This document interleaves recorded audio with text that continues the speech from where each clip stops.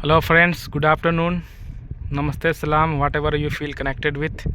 तो जैसा कि थंबनेल से आपको पता चल गया होगा कि आज हम किस टॉपिक के बारे में बात करना चाहते हैं। तो बहुत ही स्पेशल टॉपिक है, बने रहिए वीडियो के अंत तक, सारा जानकारी दूंगा। तो मैं Ejaz Ahmad from Skill India YouTube channel से, और आज हम आपको बताएंगे कि एक इंडस्ट्री का ओपन होने से कितने ज़्यादा रोज़गार क्रिएट होते हैं। तो कोई भी इंडस्ट्री है, जैसे पेट्रोकेमिकल्स है, फर्टिलाइज़र इंडस्ट्री है, ऑयल एंड गैस है, थर्मल पावर प्लांट है, पेट्रोकेमिकल्स है, वो स्टील इंडस्ट्री है। किसी भी इंडस्ट्री को बनाने के लिए कंस्ट्रक्शन फेज में बहुत ज़्यादा रोज़गार क्रिएट होते हैं। तो इसमें स्पेशली 3 या 4 इंजीनियरिंग डिसिप्लिन में एम्प्लॉयमेंट बहुत ज़्यादा क्रिएट होता है। पहला है सिविल, दूसरा है मैकेनिकल, तीसरा है इलेक्ट्रिकल एंड चौथा है इलेक्ट्रॉनिक्स एंड इंस्ट्रूमेंटेशन। तो सबसे पहले आता है, किसी भी इंफ्रास्ट्रक्चर को इंस्टॉल करने के लिए सबसे पहले आता है सिविल। सिविल किसी भी इंडस्ट्री का, किसी भी इंफ्रास्ट्रक्चर का बुनियाद होता है। चाहे वो मैकेनिकल बिल्डिंग हो, चाहे टोटली सिविल बिल्डिंग हो, चाहे पाइप रेक हो या ब्रिज हो, कोई भी इंफ्रास्ट्रक्चर का सिविल बुनियाद होता है। तो सबसे पहले आएगा सिविल इंजीनियरिंग का काम।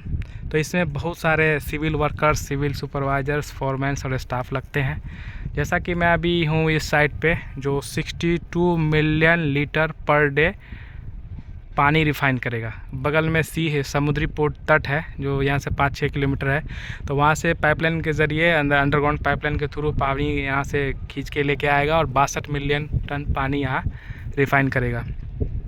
तो इस प्लांट के अंदर बहुत सारा बिल्डिंग्स बनता है, जो अलग अलग बिल्डिंग में अलग अलग काम होता है। कहीं पानी रिफाइनिंग होगा, कहीं स्टोरेज होगा, कहीं डिस्ट्रीब्यूशन का होगा, कहीं कुछ और होगा।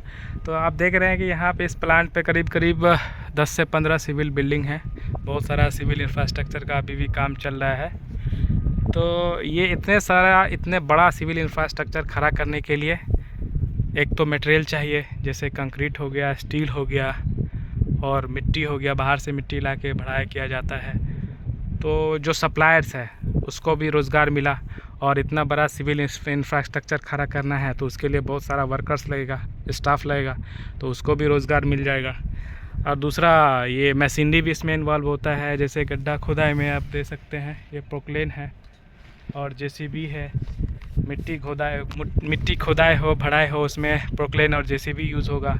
उसके बाद मिट्टी भराई के बाद रोलर से कंपैक्शन करना पड़ता है, तो रोलर इक्विपमेंट हो गया। तो ये सब भी, जो भी एजेंसी है जिसके पास ये सब इक्विपमेंट है, तो वो सबको भी एक तरह से रोज़गार मिल जाता है। एक बार जब सिविल का इंफ्रास्ट्रक्चर खड़ा हो जाएगा तो फिर काम आता है मैकेनिकल का।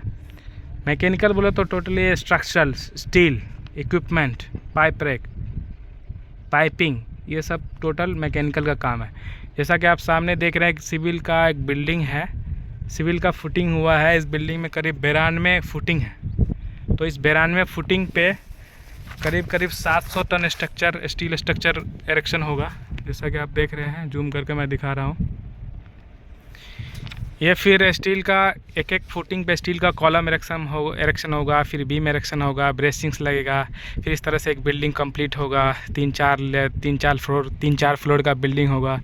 फिर अलग अलग फ्लोर में अलग अलग इक्विपमेंट इंस्टॉल होगा, क्रेन इंस्टॉल होगा। अलग अलग इक्विपमेंट में जैसे टैंक हो गया, केमिकल रिएक्टर हो गया, वेसल्स हो गया, स्टोरेज टैंक हो गया, पंप हो गया, टरबाइन हो गया, ब्लोअर हो गया, बॉयलर हो गया, ये सब इंस्टॉल होगा।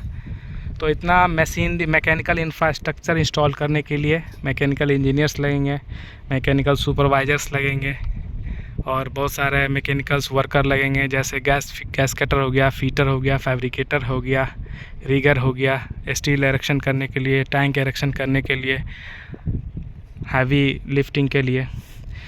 तो एक तरह से मैकेनिकल इंफ्रास्ट्रक्चर इंस्टॉल हो गया, इक्विपमेंट इंस्टॉल हो गया, पाइप रेक इंस्टॉल हो गया। उसके बाद आता है पाइपिंग कनेक्शन। हर एक इक्विपमेंट में कुछ ना कुछ पाइपिंग होगा, कहीं से न कहीं से कुछ फ्लूइड आएगा, चाहे गैस आएगा उसके अंदर स्टोर होगा, पानी आएगा उसके अंदर स्टोर होगा, या ईंधन के तौर पे डीजल या क्रूड ऑयल या कोई भी लुब्रिकेंट ऑयल भी स्टोर कर सकता है।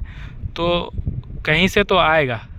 जैसे कोई केमिकल रिएक्शन होना है कोई वेसल्स में, केमिकल रिएक्टर में, तो पानी लेकर के आएगा, तो एक टैंक से लेकर के आएगा और केमिकल रिएक्टर तक लेके जाना है। तो ऐसे तो हवा में जाएगा नहीं कोई भी फ्लूइड, उसके लिए पाइपिंग कनेक्शंस होगा, तो एक पाइपिंग का भी काम आता है। तो ये सब मैकेनिकल्स वाले को करना रहता है।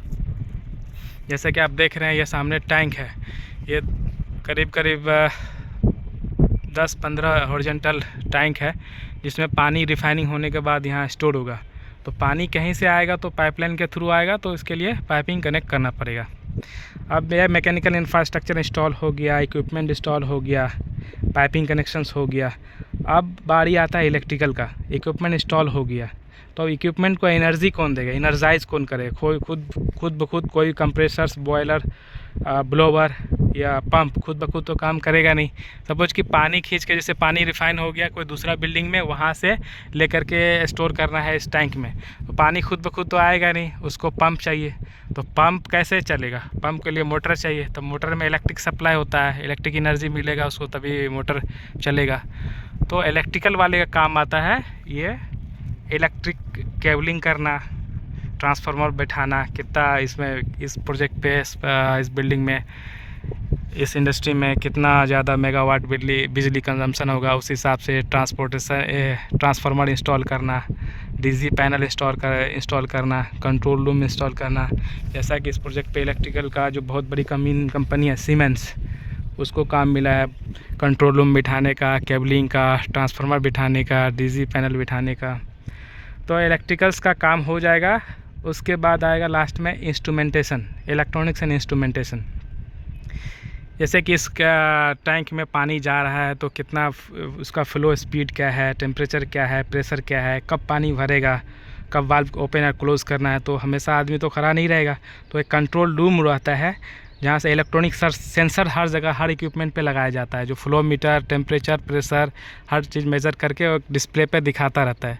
तो जब चाहे इसको बंद कर देना है, ओपन करता है, टेम्परेचर बढ़ाना है, प्रेशर बढ़ाना है, घटाना है, तो वहाँ से एडजस्ट होता है।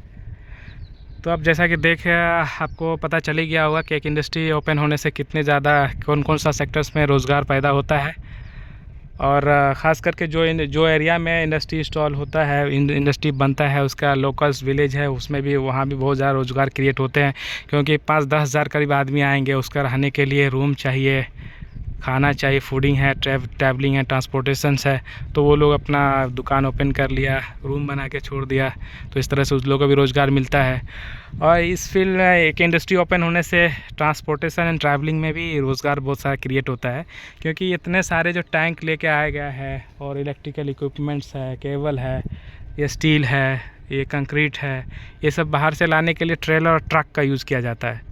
तो करीब करीब इस प्रोजेक्ट पे अभी करीब दिन भर तो 300 से 400 ट्रक ट्रेलर्स मटेरियल लेके आता है। कोई स्टील लेके आया, कोई कंक्रीट लेके आया, कोई मिट्टी लेके आया, कोई सीमेंट लेके आया, कोई सैंड लेके आया, कोई इक्विपमेंट लेके आता है।